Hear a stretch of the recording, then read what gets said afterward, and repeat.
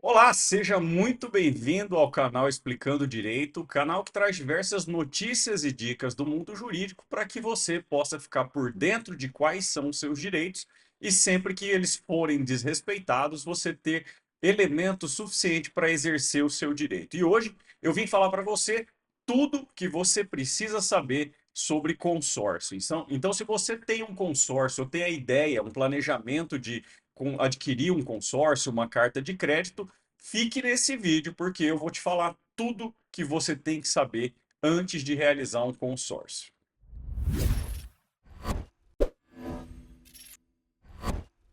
Olá, meu nome é Leandro Provenzano, eu sou advogado aqui do canal Explicando Direito, o canal que traz diversas notícias e dicas do mundo jurídico para que você possa saber e sempre exercer o seu direito quando ele for desrespeitado. E conforme prometido, eu vim aqui falar para você hoje sobre consórcio. Tudo que você precisa saber a respeito de consórcio. E antes de entrar no tema propriamente dito, para aquelas pessoas que vêm aqui só para tirar alguma dúvida específica, eu vou falar para você as duas dúvidas que mais me aparecem aqui e se elas estão certas, se a empresa que faz, a administradora de consórcio, está certa ou não em relação a isso. Primeira dúvida mais frequente é se eu preciso realmente esperar o grupo acabar para eu receber o meu dinheiro de volta quando eu faço uma desistência dessa carta de crédito, desse grupo de consórcio. E isso é verdade. Embora haja algumas jurisprudências no sentido contrário a isso, a lei fala que quando você desiste do consórcio, seja porque você não quis mais participar daquele grupo, ou até mesmo quando você não teve condições financeiras de permanecer naquele grupo, essa obrigatoriedade de aguardar o encerramento do grupo para receber aí, então, você tem direito, é verdade, a lei ampara as administradoras de consórcio em relação a isso. Segunda dúvida mais comum é que quando você é contemplado, você tem que apresentar uma série de documentos para essa administradora de grupo de consórcio para você receber a sua carta de crédito. Então, não é uma condição obrigatória. Fui contemplado, vou receber obrigatoriamente. Não. O que a administradora faz é verificar se você tem o nome limpo e se você ainda continua com a capacidade de pagamento para receber a sua carta de crédito e continuar adimplente com as parcelas que ainda vão vencer daquele grupo de consórcio. Então, essas são as duas dúvidas mais comuns que eu recebo aqui no escritório.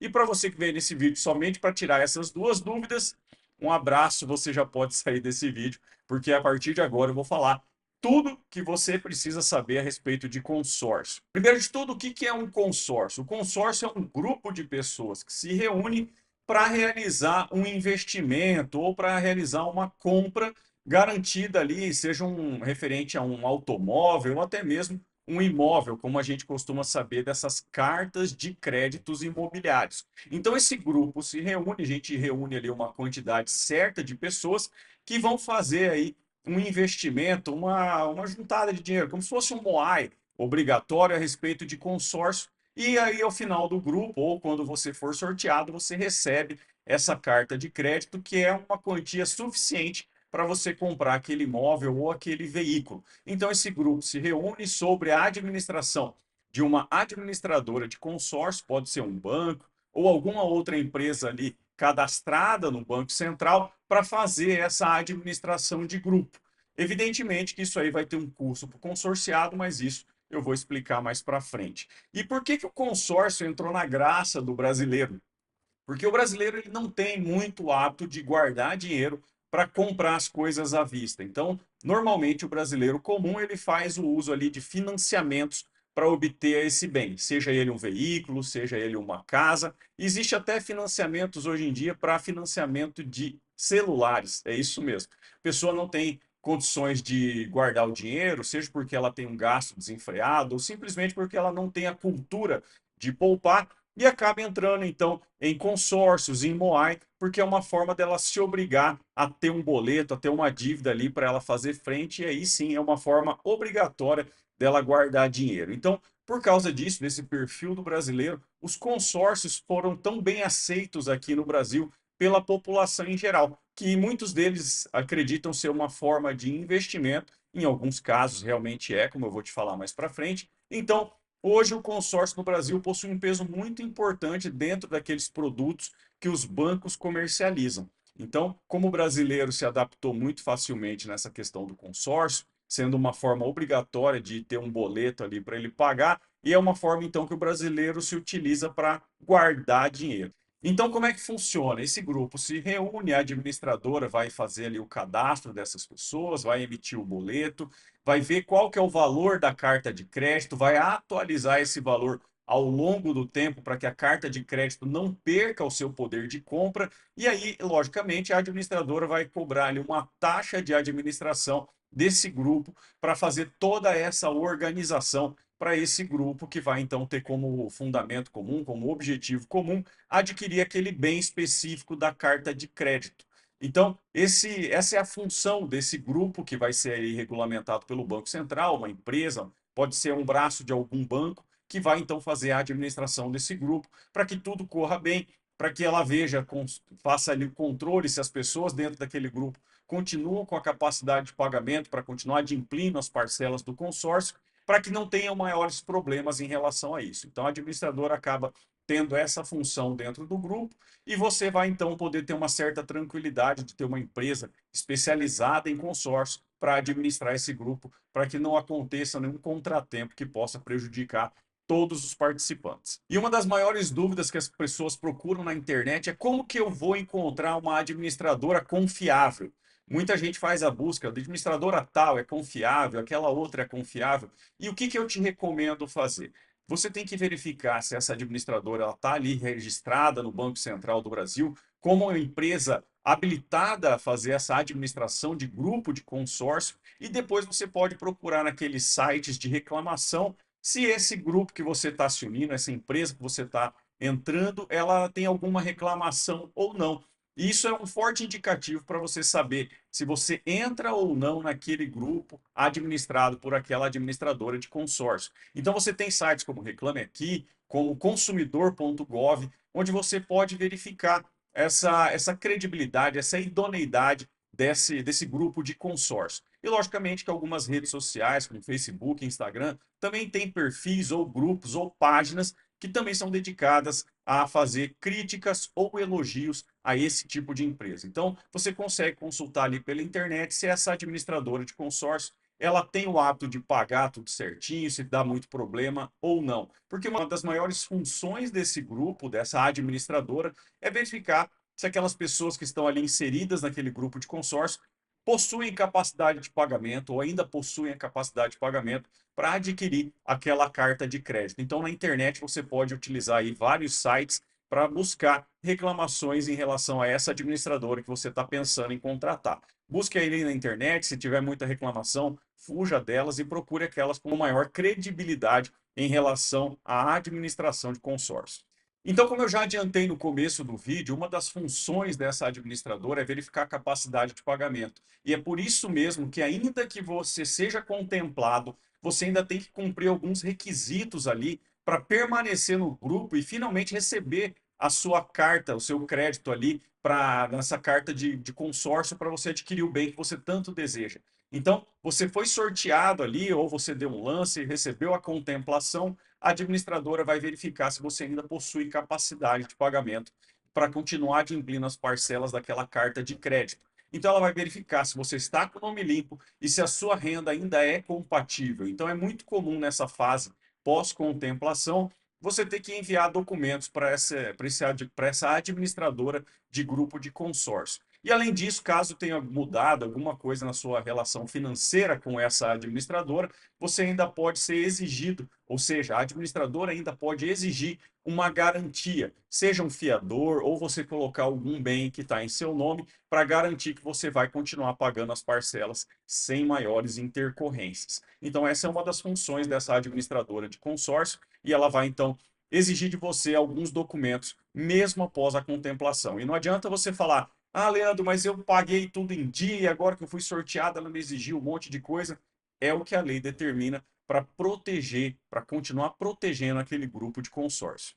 E aí eu já adiantei também para você, caso você seja ali, caso você queira fazer a desistência desse grupo de consórcio, seja porque você achou um investimento melhor, seja porque você simplesmente não conseguiu pagar, você deve aguardar o encerramento do grupo para receber o que você tem direito. Então, você vai receber aquele valor que você pagou mensalmente, abatidas as despesas do grupo. Então, essas taxas de administração ou algumas eventuais despesas que tenha tido por causa da sua rescisão, você vai ter que pagar, isso aí vai ser abatido do valor. Inclusive, pode ter no seu contrato alguma cláusula penal. E o que é isso? É uma cláusula que vai te punir, vai dar uma multa aí para quem vai fazer a desistência daquele grupo. Isso porque vai gerar um transtorno para a administradora. Ela vai ter que colocar uma outra pessoa em seu lugar, vai ter que usar aquele caixa, aquele fundo de emergência ali do grupo para fazer a cobertura das despesas que vão ser geradas pelo não pagamento daquela pessoa no futuro daquele grupo. Então, é menos uma pessoa para ser contemplada, porém, é menos uma pessoa para pagar as mensalidades do grupo. Então, abatidas essas despesas, você vai receber, então, ao final do grupo, esse dinheiro que você pagou, abatidas as despesas, taxa de administração e eventuais cláusulas penais referente ao consórcio, referente ao contrato que você assinou no início do grupo. E aí eu faço essa ressalva, sempre que você pegar, sempre que você fizer um contrato, leia com atenção. Se você não teve entendimento de alguma cláusula, ficou com dúvida, consulte um advogado, procure a própria empresa, a própria administradora de consórcio para tirar essa dúvida, procure na internet, para que você, quando assine aquele contrato que você está aderindo a esse grupo de consórcio, você não tenha maiores contratempos simplesmente porque você não interpretou alguma cláusula do contrato. Porque normalmente a regra está muito clara ali naquele contrato e quando você descumpre alguma daquelas cláusulas, você vai ser punido, assim como que alguma pessoa do grupo descumprir alguma daquelas cláusulas, ele também vai ser punido. É uma questão justa, o contrato faz lei entre as partes, então leia com atenção e qualquer dúvida você tem que sanar antes de assinar aquele contrato de consórcio, beleza? Uma coisa muito importante também que você deve saber, que muita gente não está preparada para isso, é que as parcelas, tanto as parcelas quanto o crédito ali, aquela carta de crédito, elas vão sofrer uma atualização. Então esse preço ele vai atualizar com o passar do tempo para que aquela carta de crédito não perca o seu poder de compra. Então, se você adquiriu uma carta de crédito para um veículo de 100 mil reais, por exemplo, com o passar dos anos, esse veículo vai ter ali uma variação de preço, normalmente para mais, né? Logicamente, mas essa carta de crédito ela vai ter ali uma correção monetária para que ela não perca o poder de compra. Então, independente se você foi contemplado no primeiro sorteio ou no último, essa carta de crédito ela deve ser suficiente para você adquirir aquele veículo que está ali como modelo da carta de crédito no contrato que você assinou. Então, você tem que estar atento, você tem que ter uma reserva ali para aquele valor que você vai pagar mensalmente, porque ele, em regra, a cada ano ele vai sofrer um reajuste para acompanhar a variação de preço daquela carta de crédito que você vai ter a contemplação quando for sorteado. Então, você não pode fazer ali um comprometimento de 100% da sua renda, porque você deve saber que essa parcela do consórcio vai sofrer um acréscimo e você vai ter que pagar um valor um pouco maior a cada ano que passa, em regra, porque ele vai atualizar o valor daquela carta de crédito em relação ao valor do bem que ela vai fazer frente à compra, à aquisição, tá? Então, você tem um limite ali, você tem que deixar uma folga, uma gordurinha, como a gente costuma falar, daquele investimento que você vai fazer. Então, se você tem condição financeira de arcar com uma parcela de R$ 500, faça uma carta de crédito ali com valor abaixo, 400, 430, para que você possa ali pagar sem maiores problemas essa atualização do valor do seu consórcio, para que você não tenha nenhuma surpresa desagradável e seja obrigado, inclusive, a sair do grupo, caso você não tenha condições financeiras de permanecer nesse mesmo grupo, beleza? Então, eu vou falar para você o que eu acho a respeito do consórcio, quais são as vantagens e as desvantagens de entrar num consórcio, tá? Primeiro eu vou falar para vocês das vantagens. Então, as vantagens de um consórcio é que você consegue adquirir um bem sem ter que pagar juros para o banco, porque o banco se remunera pelos juros que ele vai cobrar de você. E normalmente a taxa de administração que esse grupo, que essa administradora de consórcio vai cobrar de você é infinitamente menor do que os juros que você ia pagar se você simplesmente fizesse um financiamento do mesmo bem.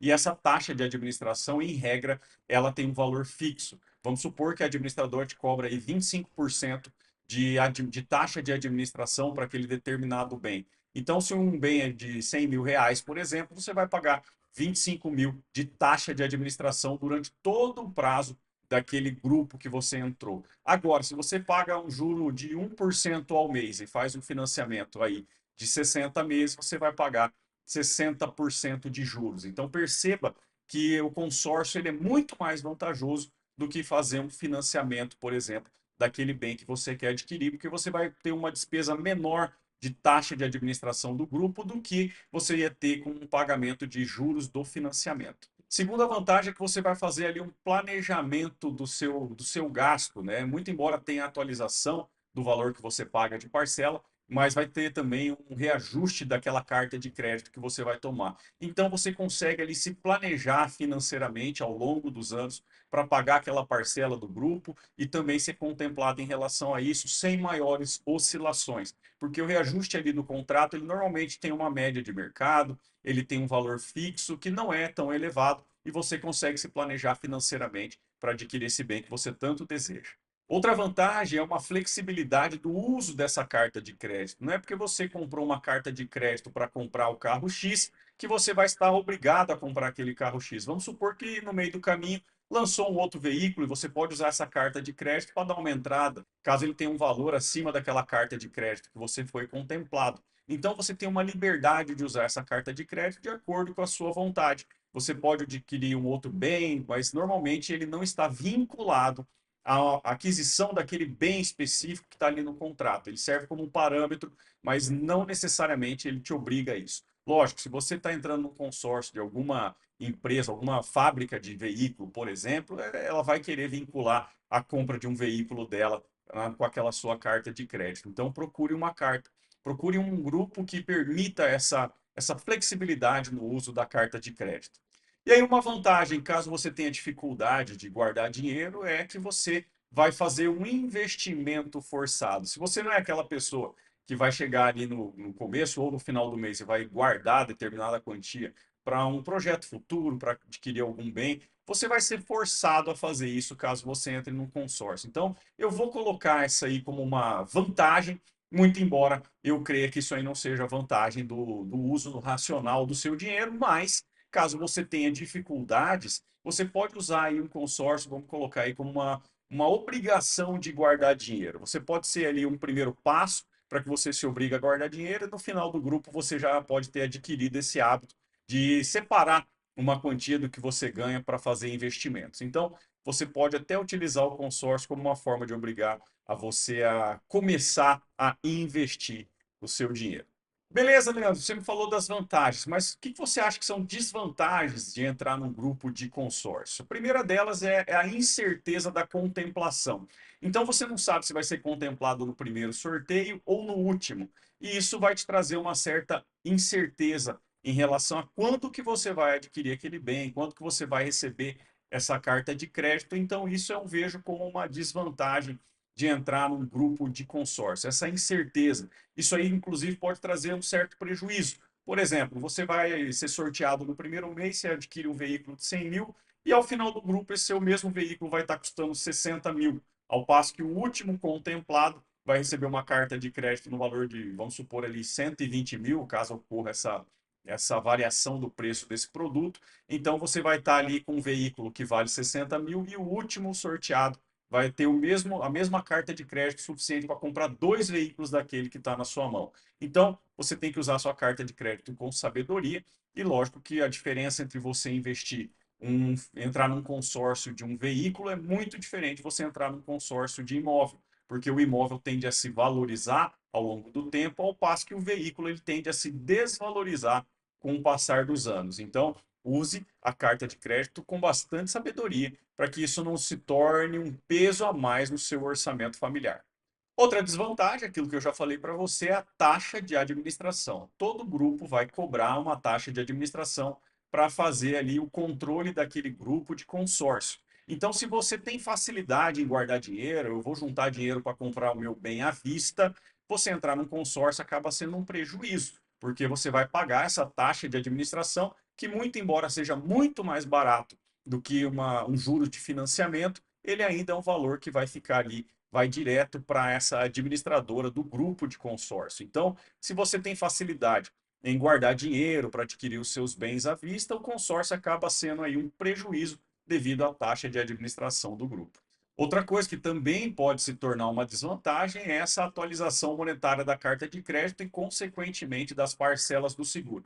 Isso se você não deixou aquela gordurinha que eu te falei no começo do vídeo. Então, se você pegar e comprometer 100% da tua renda para fazer o pagamento desse grupo de consórcio, para fazer o pagamento desse consórcio, você pode ter problema lá na frente se a parcela for reajustada, como está previsto no contrato. Se você não se planejar para isso, você pode, inclusive, ser obrigado a sair do grupo, porque você já não vai mais ter capacidade de pagamento suficiente para permanecer no grupo, ser contemplado e ter, então, finalmente a sua carta de crédito. Outra desvantagem é que você vai ficar sempre dependente do grupo. E se o grupo, por algum motivo, tiver algum problema, você pode, inclusive, ter prejuízos com isso. Se não for suficiente o dinheiro arrecadado para fazer a contemplação de todo mundo, você pode, inclusive, receber menos do que você pagou. E por isso é muito importante você escolher um grupo, uma administradora de consórcio de confiança, para que ela possa gerir esse grupo com a maior credibilidade possível, para que as pessoas que estão naquele grupo continuem tendo capacidade de pagamento para as contemplações, para o pagamento das parcelas, para que você não seja prejudicado e venha perder dinheiro. Então, uma das desvantagens é essa, você vai estar sempre dependente do seu grupo. Sempre que ele tiver um prejuízo, você vai ter prejuízo. Então, vocês têm que escolher uma administradora de consórcio com bastante credibilidade no mercado. Beleza, Leandro, essas são as desvantagens, mas e o que que a administradora tem que fazer para que isso não aconteça? Ela tem que sempre verificar se as pessoas do grupo têm capacidade de pagamento, porque se muitas pessoas desistem do grupo e ele não tem a caixa suficiente para pagar as contemplações futuras, esse grupo pode até ser encerrado. Mas as administradoras acabam colocando outras pessoas no grupo, já com aquela ideia, né? Vai pagar o retroativo, vai colocar mais gente para naquele grupo para que ele permaneça com aquela capacidade de pagamento para contemplação de todos pertencentes ao grupo. Então, algumas pessoas desistiram, mas outras pessoas entraram. Essa é a função da administradora de consórcio, manter esse grupo bastante ativo, bastante forte, para que todas as pessoas continuem com capacidade de pagamento, para aí você também poder ser contemplado e todas as pessoas do grupo de consórcio. E aí, já indo para o final do vídeo, tirando uma dúvida bem particular ali, que algumas pessoas perguntam, não tem muita dúvida a respeito desse tema, muitas pessoas acabam não se preocupando com isso, mas como que eu declaro consórcio no meu imposto de renda? Né? Então vai ter uma parte ali específica do seu imposto de renda chamada bens e direitos, ali onde você deve colocar não só o que você já tem no seu nome, sua casa, seu carro, mas também essas questões que você tem direitos. Por exemplo, você vai ter direito a uma carta de crédito e você coloca então ali na parte de bens e direitos aquilo que você está pagando todos os meses para o grupo, você coloca o que você já pagou até aquele momento, até 31 de dezembro do corrente ano, para você então declarar no seu imposto de renda. Caso você tenha sido contemplado, coloque essa informação ali também, assim como se você fizer um financiamento de um carro, de uma casa, coloque sempre todo ano ali na sua declaração que você pagou até 31 de dezembro do ano anterior. Então assim você vai conseguir prestar essa informação para a Receita Federal do Brasil e não vai ter nenhum problema em relação a consórcios e financiamentos, beleza? Então era isso que eu vim falar para você hoje. Eu creio que eu tenha tirado a maior parte das dúvidas que vocês têm sobre consórcio. E aí eu peço mais uma vez, se você ainda não é inscrito no canal, se inscreve aqui, curta e compartilhe esse vídeo com quem você acha que está num grupo de consórcio ou que tenha interesse em investir em consórcio. Porque assim você vai passar para ele informação suficiente que ele precisa para decidir se ele vai ou não optar por entrar em grupos de consórcio, para ter sua carta de crédito e finalmente adquirir aquele bem que ele tanto deseja.